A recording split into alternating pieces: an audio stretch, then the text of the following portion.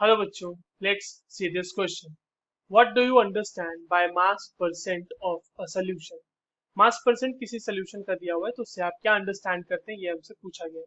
चलिए इस क्वेश्चन को सॉल्व करते हैं बच्चों. सबसे पहले तो ये देखते हैं कि इस क्वेश्चन को सॉल्व करने के लिए हमें कौन से की कॉन्सेप्ट की जानकारी होनी चाहिए.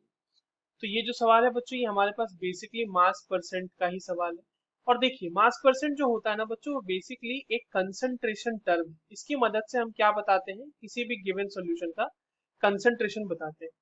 अब अगर आपके पास मास परसेंट है, यानी कि आप इसको लिखते हैं मास, मास बाय मास परसेंट.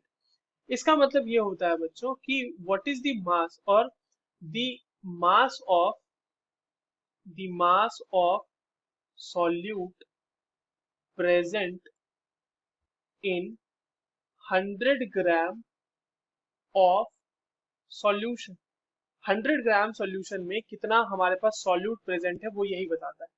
अगर हमें मास परसेंट निकालना हो, अगर बच्चों निकालने की हम लोग कोशिश करें हमारे फॉर्मूला के हिसाब से, तो वो हो जाएगा mass of solute divided by mass of solution and that to be multiplied by 100.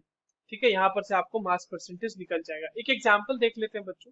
अगर मान लीजिए कि आपके पास 50% NaOH सोल्यूशन दिया हुआ है, NaOH का एक्वस सोल्यूशन दिया हुआ है.